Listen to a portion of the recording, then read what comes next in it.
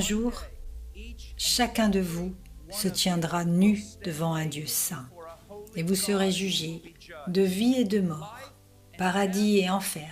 Certains d'entre vous entendront ma voix et iront au ciel quand vous mourrez. Et d'autres d'entre vous entendront un avertissement après avertissement, et vous n'écouterez pas. Et vous mourrez sous la colère de Dieu et passerez l'éternité en enfer. Les jeunes, écoutez-moi, et vous devez être très très prudents. Ce christianisme n'est pas une chose culturelle. Ce christianisme n'est pas quelque chose qui devrait juste être une petite partie de votre vie. Ce n'est pas quelque chose que vous faites le dimanche. Le christianisme ne consiste pas à vivre dans le monde 6 jours par semaine et venir à l'église. Le christianisme ne consiste pas à être comme tout le monde et puis venir à l'église le dimanche. Si c'est votre christianisme, vous n'avez pas de christianisme. Vous n'êtes pas des jeunes chrétiens. Laissez-moi vous poser une question. Comment savez-vous que vous êtes chrétien? Comment savez-vous que vous êtes vraiment venu à Christ? Comment sais-tu que si tu mourais en ce moment, tu irais au paradis et serais accepté par Dieu Tout-Puissant devant son trône?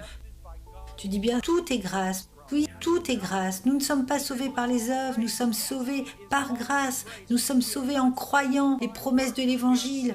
Ce qui est vrai, mais ce que vous devez comprendre, c'est que la grâce est une chose puissante. Que celui qui vous a donné la grâce de vous repentir et de croire vous donne la grâce de continuer à vous repentir et de continuer à croire. Celui qui vous donne la grâce de croire à la justification vous donnera aussi la grâce pour votre sanctification, afin que vous puissiez grandir dans la sainteté. En fait, écoutez-moi, l'une des plus grandes preuves que vous avez vraiment cru en Christ pour le salut, et que Dieu a commencé un bon travail de sanctification en vous. Il travaille et travaille et travaille pour vous sanctifier maintenant. Laissez-moi vous demander, est-ce une réalité dans votre vie? Mais pouvez-vous honnêtement me dire que votre grand désir est d'être saint? Et honnêtement, que votre grand désir n'est pas d'être comme le monde, de ne pas être comme ce que vous voyez ici, à l'ouest, dans de nombreux endroits, mais d'être comme Jésus. Pouvez-vous me dire cela? Parce que si vous ne pouvez pas, vous devriez avoir peur. Vous devriez avoir très peur. Que ceux qui aiment le monde n'aient pas l'amour du Père. Le motif de Dieu pour sauver les gens ne se trouve pas dans ce peuple. La Bible dit que nous avons tous péché et sommes privés de la gloire de Dieu. Quand le Dieu saint regarde les hommes pécheurs, la seule chose que leur péché motive Dieu à faire est de les juger pour les condamner. Donc si Dieu va sauver les hommes, ce n'est pas à cause des hommes, c'est malgré les hommes. Dieu ne nous sauve pas parce que nous méritons d'être sauvés. Dieu nous sauve parce qu'il est un sauveur. Dieu ne nous aime pas parce que nous méritons d'être aimés. Nous ne méritons pas l'amour de Dieu, nous méritons sa colère. Dieu nous sauve parce qu'il est lui-même amour. Quand une église abaisse le niveau de l'évangile pour faire venir plus de monde, quand une église ne prêche pas sur la sainteté et ce que signifie être vraiment converti, alors le christianisme dans l'église se remplit de beaucoup d'impies. Et à cause de leurs actions, le monde incrédule blasphème le nom de Dieu. Mais ce que nous devons comprendre, c'est que les gens qui prétendent connaître le Christ et pourtant vivent d'une manière qui contredit la parole du Christ et le caractère de Christ, ils ne sont pas chrétiens. Nous sommes sauvés par la foi seule. Nous ne sommes pas sauvés par les œuvres. Mais ce que vous devez comprendre, c'est qu'une personne qui a été vraiment sauvée est née de nouveau. Ils sont devenus une nouvelle créature. Dieu a fait un travail énorme en eux pour démontrer son pouvoir. Il a fait d'eux de nouvelles créatures, avec de nouvelles affections, de nouveaux désirs, de servir le Christ et d'être saints. A-t-il fait cela en vous? Permettez-moi de vous poser une question. Regardez-vous le monde et aspirez-vous à être comme le monde? Agissez comme le monde, parlez comme le monde, habillez-vous comme le monde. Vous avez le respect du monde et les gestes du monde. Si vous êtes comme cela, vous devriez être terrifié parce que cela pourrait être la preuve que Dieu n'a pas fait de travail en vous. Si le pouvoir de Dieu ne peut pas être vu dans votre vie, vous conduisant à une sainteté de plus en plus grande, alors peut-être qu'il n'y a pas de pouvoir de Dieu dans votre vie, qu'il n'a pas régénéré votre cœur. Vous n'êtes pas né de nouveau, vous n'êtes pas chrétien.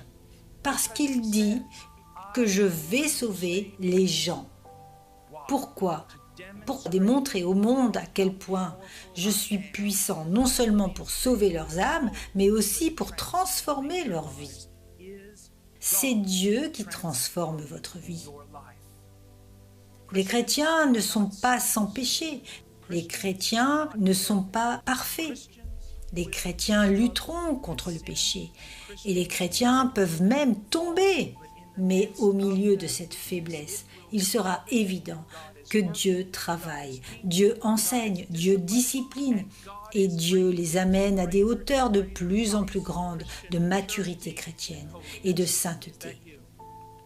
Depuis que vous avez professé la foi en Christ, vos désirs pour le Christ grandissent, vos désirs de sainteté grandissent.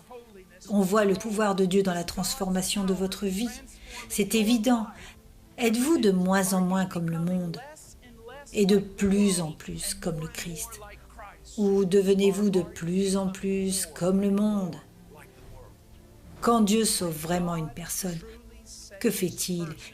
Il commence à travailler en eux. Dans quel but? Les retirer du monde, les retirer de la mondanité, les retirer du péché et les ramener à lui. Maintenant, laissez-moi vous poser une question. Est-ce évident dans votre vie? Voyez-vous Dieu travailler dans votre vie pour vous détacher de plus en plus du monde? Et Dieu vous attire de plus en plus vers lui. Si vous avez vraiment cru en Christ pour le salut, alors Dieu travaillera en vous pour vous rendre saint. S'il n'y a aucune preuve que Dieu travaille en vous pour vous rendre saint, il y a de fortes chances que vous n'ayez pas vraiment été converti. Quand Dieu sauve une personne, il la coupe. De quoi? Du monde. Quel est le monde? Tout sur cette planète, chaque idée, chaque foi, chaque mot, chaque action qui contredit la volonté de Dieu dans la nature de Dieu. Tout sur cette terre qui s'oppose à Dieu. Quand Dieu sauve vraiment une personne, il les coupe de cela. Et il commence à les séparer peu à peu, en changeant leur vie, en enlevant la mondanité de leur vie et en les attirant à lui. La sainteté signifie être séparé du monde. Chrétien, l'un des buts des Écritures est de vous enseigner ce que Dieu déteste, afin que nous le fuyions. Ne vous méprenez pas, il ne peut y avoir d'amitié entre Dieu et le monde. Et entre le croyant, il ne peut y avoir d'amitié entre le croyant et le monde. Si Dieu travaille vraiment en vous, il va utiliser sa parole et le pouvoir de son esprit pour vous révéler ce qui ne va pas dans ce monde et pour que tu t'en éloignes. Si tu veux Dieu, tu vas devoir abandonner le monde. Et si tu ne veux pas abandonner le monde parce que tu aimes le monde, alors sache que l'amour du Père n'est pas en toi. Je sais à quel point ma culture est mortelle.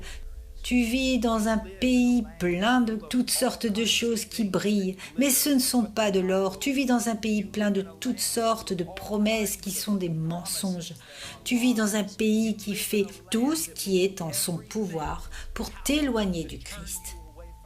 Mais vous vivez dans un pays qui vous dit que vous pouvez avoir Dieu et le monde aussi. Vous vivez dans un pays qui vous dit que vous pouvez aimer le monde et aimer le Christ. Et je veux que vous sachiez, c'est un mensonge. C'est un mensonge. Ne pensez pas que j'essaie d'être en colère. Ne pensez pas que j'essaie d'avoir un esprit méchant. Je dis cela pour vous sauver. Pour vous sauver du monstre qui a tué plus de personnes que n'importe quel tyran politique qui a déjà gouverné cette terre. Si vous aimez le monde, ayez peur parce que cela pourrait être juste une preuve que Dieu n'a jamais travaillé en vous. Vous n'avez jamais cru au salut. Vous n'avez jamais vraiment été converti. Parce que s'il vous sauve vraiment, celui qui a commencé une œuvre en vous travaillera et la finira. Souvenez-vous que Dieu sauve les gens pour démontrer à quel point il est puissant. Et donc, s'il commence à travailler en vous, il le terminera.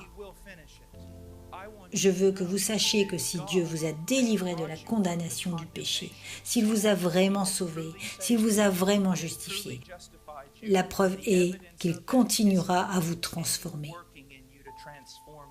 Pourquoi ? Parce que chaque chrétien est une démonstration de la puissance de Dieu. Il va terminer le travail qu'il a commencé parce que sa réputation en dépend.